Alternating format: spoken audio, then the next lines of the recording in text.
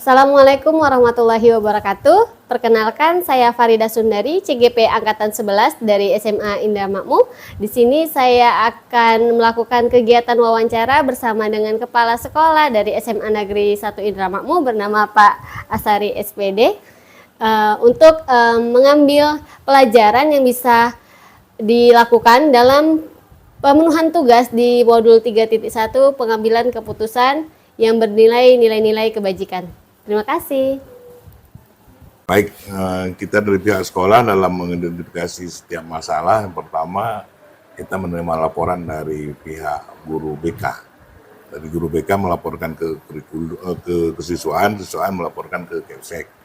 Kalau memang itu masalahnya ringan, ya cukup sama wali kelas dan BK. Tapi kalau memang itu masalah agak berat ataupun harus mendapat perhatian khusus, ya kita panggil kedua belah pihak daripada si anak masing-masing, kita dudukkan di ruangan kantor kepala sekolah, nah, kita proses yang tujuannya itu masalah selesai sehingga nggak berlanjut dan tidak merembet ke sana kemari. Ada memang pernah terjadi di sekolah kita di sini, itu masalah keributan antar geng lah, bisa kita bilang, ataupun antar kelompok, di mana kelompok yang pribumi ataupun anak-anak yang berada di satu desa itu di NES dan dengan siswa yang berasal dari desa-desa yang lain, kebetulan berlainan suku. Jadi dalam hal ini kita pihak sekolah cepat terus menangani itu masalah sehingga itu masalah nggak akan panjang. Kalau memang nggak mencapai satu keputusan, kita minta bantuan dari pihak terkait, apakah Babinsa atau Babin Kantipmas atau kepala desa setempat atau ketua pemuda, sehingga itu masalah teratasi dan sekolah kembali nyaman seperti yang kita inginkan.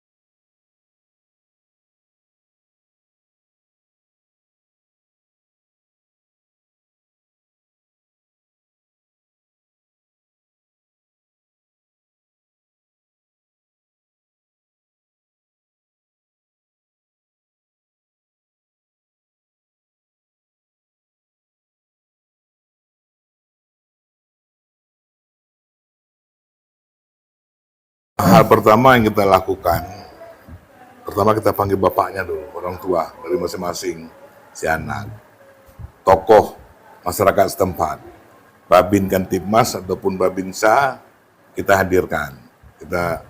Kadang kita kasih waktu bagi mereka untuk memberikan satu arahan kepada siswa, sehingga ini kasus nggak akan terjadi konflik horizontal, karena kedua belah pihak itu punya masa masing-masing.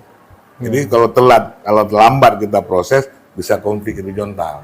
Jadi jangan ditunggu esok hari baru selesaikan masalah. Hari itu terus segera kita selesaikan sehingga itu masalah selesai, nggak akan terjadi konflik sesama mereka. Gitu. Dan masing-masing pihak membuat perjanjian pernyataan di atas materai, tidak akan melakukan lagi itu perilaku yang demikian. Bila melanggar itu kita keluarkan dari sekolah atau kita pindahkan, ambil surat pindah dari sekolah lain. Tentunya dimanapun kita bekerja pasti ada itu masalah ataupun tantangan yang harus kita hadapi. Namun kita sebagai pimpinan kan harus bijak dalam melihat satu permasalahan. Ya, kalau misalnya kesalahan itu dari pihak guru, kita kan pelajari dulu. Kenapa si guru ini dalam melaksanakan tugas sering termenung, nggak konsen, sehingga hasil yang kita harapkan tidak maksimal. Kita panggil itu guru, mungkin ada problem keluarga antara dia sama suami, ataupun ada permasalahan besar yang dia hadapi. Nah, kita coba kasih solusi, sehingga masalah yang dihadapi mungkin agak terbantu. Nah, yang selanjutnya, bila guru melakukan satu kesalahan di lapangan, baik lagi melaksanakan tugas, kita nggak langsung menegur mereka di depan siswa. Nanti di saat jam istirahat, saya melalui wakil kurikulum, suruh panggil itu guru yang bersangkutan tadi, menghadap, di situ baru saya kasih arahan ataupun bimbingan atas kesalahan yang dilakukan dalam melaksanakan tugas. Dengan catatan apabila terulang kembali 1, 2 kali, 3 kali kita kasih surat peringatan secara tertulis tembusan ke atasan dinas cabang. Kita lihat tipe masalahnya dulu. Kalau ini masalah rawan, segera itu. Paling telat besok paginya. Hadirkan semua yang bermasalah, panggil orang-orang yang punya kebijakan, misalnya dari pihak Polsek kita hadirkan 1 orang, dari pihak Koramil, dari kepala desa sekolah tempat maupun komite, dan perwakilan dari guru 1. Kita hadirkan di dalam forum itu, baru kita selesaikan tuh masalah.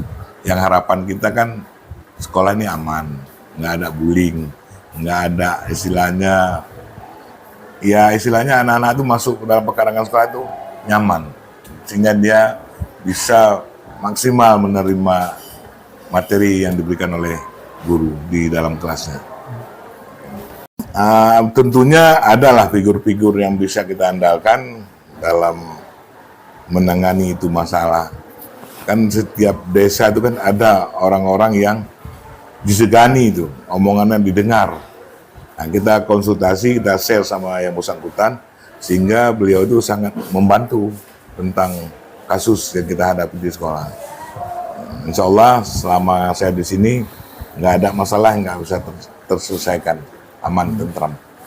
Sebagai sampel ataupun untuk pengalaman bapak-bapak ini akan meneruskan tugas negara sebagai nanti akan dipercayakan jadi kepala sekolah. Kita kan dalam mengambil keputusan jangan semata-mata kita lihat yang faktanya aja terjadi. Tapi harus kita cari tahu dulu akar permasalahan. Kenapa si A ini begini?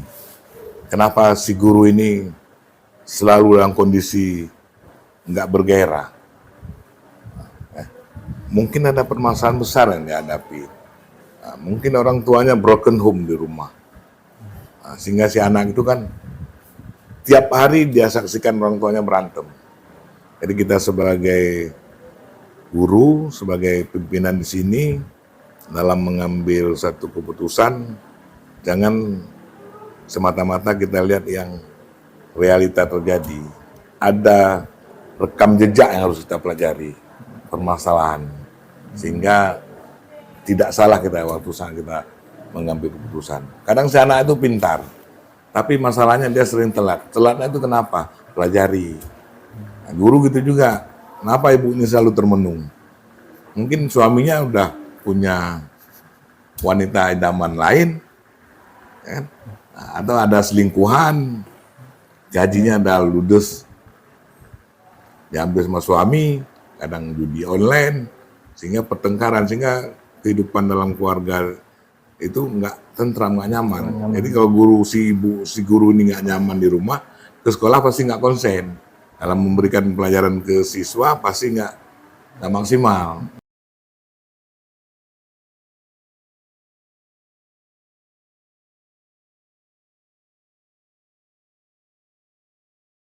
Jadi Assalamualaikum warahmatullahi wabarakatuh. Perkenalkan, saya Farida Sundari, CGP Angkatan 11 dari SMA Negeri 1 Indramayu. Saya akan melakukan kegiatan observasi tentang pengambilan keputusan berbasis nilai-nilai kebajikan bersama dengan Kepala Sekolah dari SMP Negeri 1 Indramayu bersama dengan Pak Batia. Assalamualaikum warahmatullahi wabarakatuh, Pak. Waalaikumsalam warahmatullahi wabarakatuh. Gimana Pak kabarnya hari ini? Alhamdulillah baik-baik saja. Oke, Inilah alhamdulillah. keadaan kita sekolah SMP Negeri 1 Indramayu. Oke, terima kasih Pak. Pak izin ya Pak, nanti saya akan melakukan kegiatan tanya jawab mungkin sama Bapak untuk mencari ilmu dari Bapak tentang pengambilan keputusan berbasis nilai kebajikan sebagai seorang pemimpin. Oh baik, silakan. Kalau yang bisa saya jawab nanti akan saya jawab. Silakan. Iya. Oke, yang pertama di sekolah kita ini kan ada yang disebut dengan perangkat-perangkat sekolah. Misalnya ada wakil, ada BP, ada guru juga, dan ada wali kelas. Apabila ada anak yang bermasalah, kita tidak langsung kita ambil tindakan sendiri, tetapi itu harus melalui tahap-tahap. Dari guru mungkin bisa menyampaikan ke wali kelas. Sesudah wali kelas, mungkin wali kelas itu baru ada kesiswaan. Apabila kasus-kasus tersebut kasus yang besar, misalnya seperti bullying, berkelahi, itu akan diselesaikan oleh BP, dipanggil orang tuanya. Jadi seperti itu selama ini kita lakukan. Nah, jadi kepala sekolah itu harus mendengar dari guru-guru dan wali-wali kelas dan BP. Dilibatkan semuanya, habis itu baru kita ambil keputusan nanti bersama. Baik.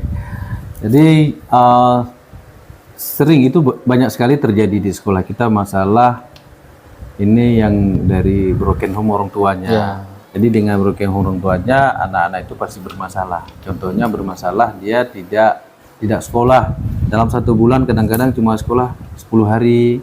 Itu terjadi dikarenakan tidak ada dorongan daripada orang tuanya, karena orang tuanya ada yang ke Malaysia, ada juga yang kerja atau di mana-mana. Mereka itu tinggal sama neneknya. Sehingga banyak sekali orang itu nggak sekolah.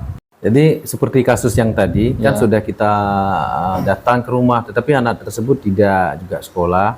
Tapi kita harus kita kalau mau untuk mengambil keputusan apakah anak tersebut masih kita terima di sekolah atau tidak terima di sekolah ini, atau kita keluarkan atau pindah sekolah, berarti harus melalui yang pertama adalah data dari wali kelasnya. Berapa hari dia tidak datang, berapa kali ada panggilan dari itu. Kemudian kita juga mencari informasi tentang anak tersebut. Kenapa anak tersebut tidak sekolah? Kenapa anak tersebut seperti ini misalnya? Jadi harus ada informasi. Kemudian waktu saya mau mengambil keputusan apabila anak tersebut pindah atau dikeluarkan atau bagaimana, jadi saya harus membuat rapat kecil dulu dengan wali kelas. Apabila perlu saya panggil juga komite. Habis itu wakil-wakil saya semua kita panggil, sudah ada data, kita rapat, baru saya mengambil keputusan bagaimana nasib anak tersebut. Jadi seperti itu, kayaknya tadi sudah saya jelaskan, mungkin ini bisa saya perdalamkan. Jadi kalau dalam kita efektif mengambil keputusan itu adalah kita harus mendengarkan pendapat-pendapat dulu dari yang ada di sekitar kita, baik itu dari orang tuanya, kadang-kadang kita panggil orang tuanya, kemudian kita panggil juga wali kelasnya, kita panggil semua yang ada di sini, kita mendengarkan pendapat-pendapat orang tersebut, akhirnya baru kita mengambil keputusan. Nah, kalau kita mengambil keputusan seperti itu kan kita bukan mengambil sendiri. Jadi kalau ada pun laporan-laporan dari pihak luar, kenapa seperti ini, jadi kita bertanggung jawab itu bukan dari kepala sekolah saja. Jadi kepala itu dari komite juga bertanggung jawab, wakil-wakil juga bertanggung jawab. Dan apabila kasus itu bisa melebar, kita bukan sendiri, tapi kita akan dibantu oleh yang mengambil keputusan tadi. Seperti itu saya jalankan selama ini. Jadi saya tidak mau mengambil keputusan sendiri, tapi harus keputusan bersama. Jadi sekolah kita ini adalah sekolah apa namanya? Kalau saya buat best practice adalah antar suku, banyak suku. Jadi sekolah kita ini bukan satu suku. Jadi ada beberapa suku di sini. Jadi di sini terjadi kalau antar suku biasanya akan terjadi bullying, yaitu misalnya bahasanya dan lain-lain sebagainya, dia akan terjadi bullying. Jadi disitulah yang agak terkendala. Namun itu kami sudah menyelesaikan dengan pelan-pelan, bahwa di sekolah ini kita buat peraturan kalau apabila ada yang bullying itu akan kita beri sanksi, ya sanksi ringan atau kita panggil orang tuanya. Nah, selama ini kita sudah alhamdulillah sudah berjalan dengan baik.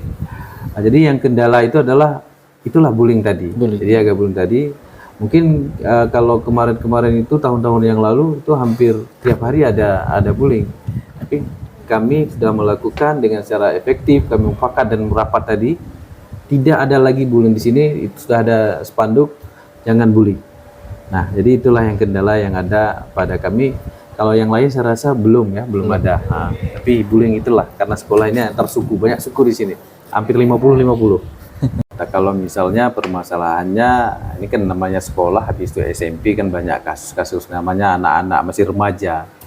Jadi banyak sekali kemarin itu ada permasalahan pacaran. Nah, pacaran itu ternyata pulang sekolah mereka itu nggak langsung pulang, tapi ada tempat-tempat duduk di belakang. Nah, itu kami ambil anak tersebut, kami proses dulu anak tersebut hari itu juga. Hari itu juga kami proses bagaimana, kenapa harus duduk di belakang dan sebagainya. Tetapi kami akan membuat surat panggilan kepada orang tuanya supaya itu adalah sebagai langkah supaya anak tersebut jangan terulang seperti itu lagi. Jadi pernyataannya besok kami panggil orang tuanya. Kalau anak-anak kita proses pada hari ini, besok kita panggil orang tuanya untuk memberitahukan kepada orang tuanya supaya jangan terulang kembali. Kasihan anak-anak masih kecil, nanti takutnya terjadi bermacam-macam yang kita tidak inginkan. Seperti itu saya lakukan. Tapi kalau misalnya seperti yang lain-lain, kalau misalnya bullying tadi kita selesaikan langsung pada hari itu juga, karena kita kan ada, bukan kita sendiri yang menyelesaikan, kita ada guru BP, BK kalau istilahnya ya sekarang, konseling, diselesaikan dulu. Kalau misalnya konselingnya tidak bisa menyelesaikan, baru akan ada keputusan dari kepala sekolah bagaimana nanti, seperti itu.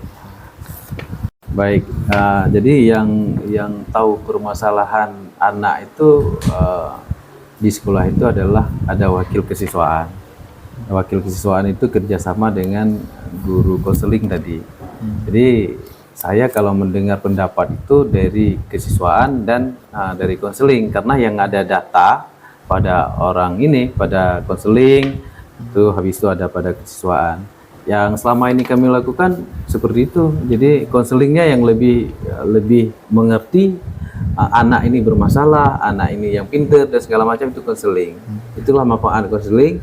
Konseling itu akan melaporkan kepada kesiswaan. Dari kesiswaan baru disampaikan kepada kepala sekolah. Jadi itu kita kadang-kadang saya panggil ke konseling kesiswaan, apa yang terjadi, apa permasalahan, itu kita selesaikan dengan seperti itu. Ada strukturnya. Ini yang mungkin ini yang sudah saya lakukan dan sangat efektif saya lihat kan.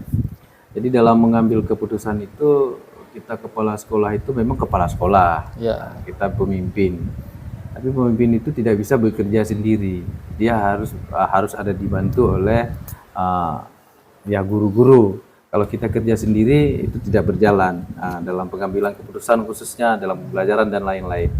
Jadi makanya kalau saya itu dalam mengambil keputusan itu janganlah kita langsung mengambil keputusan. Ada permasalahan kita ambil keputusan, tapi lihat dulu data-datanya, apa penyelesaiannya, siapa, di mana tinggal anak tersebut, apa kasusnya, kita tanyakan kepada ya yang seperti tadi, yang misalnya wali kelas, guru yang bersangkutan, BP tadi, wakil-wakil. Kita akan merembuk, kita mufakat bagaimana mengambil keputusan. Jadi tidak mengambil keputusan sendiri. Itu kalau misalnya ada tentang anak. Tentang guru juga seperti itu. Tentang misalnya program sekolah, kita juga akan mufakat, kita musyawarah apa program-program sekolah. Begitu juga kita kadang-kadang melibatkan komite juga. Apa yang harus kita lakukan dan sebagainya. Nah, itu kita libatkan yang ada di sini. Kita tidak mengambil keputusan sendiri. Tapi ada hal-hal yang bisa kita ambil keputusan sendiri, tapi itu jarang saya lakukan karena itu saya rasa itu tidak efektif. Jadi seperti tadi yang kita bicarakan, mengambil keputusan itu adalah harus dengan kita mufakat. Ya. Gitu.